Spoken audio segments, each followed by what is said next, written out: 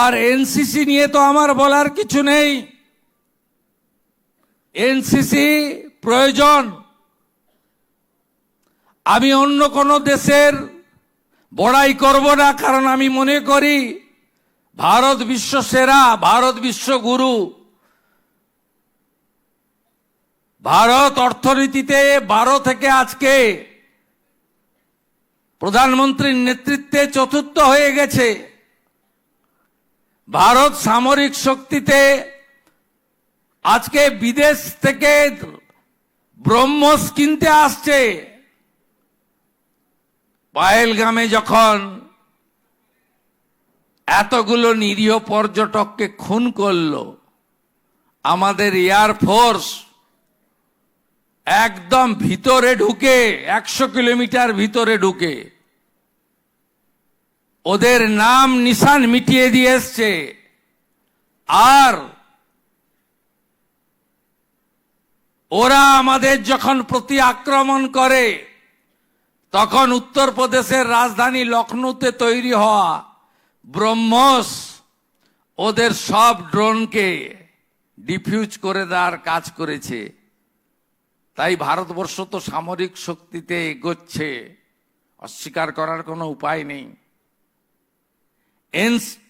আজকে ইসরায়েলে যান, আধুনিক শিক্ষার সাথে সাথে প্রত্যেকটা ছেলে মেয়েকে মিনিমাম আর্মি ট্রেনিং নিতে হয়।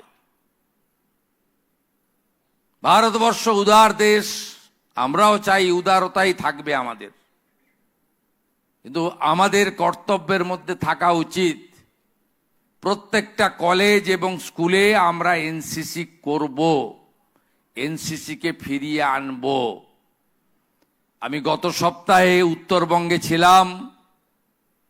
মাননীয় কেন্দ্রীয় স্বরাষ্ট্রমন্ত্রী আমাদের বলছিলেন যে जितना भी बॉर्डर का डिस्ट्रिक्ट है वहां का सब स्कूल कॉलेज में एनसीसी होना चाहिए। আমি সেদিন উত্তর দিতে পারিনি।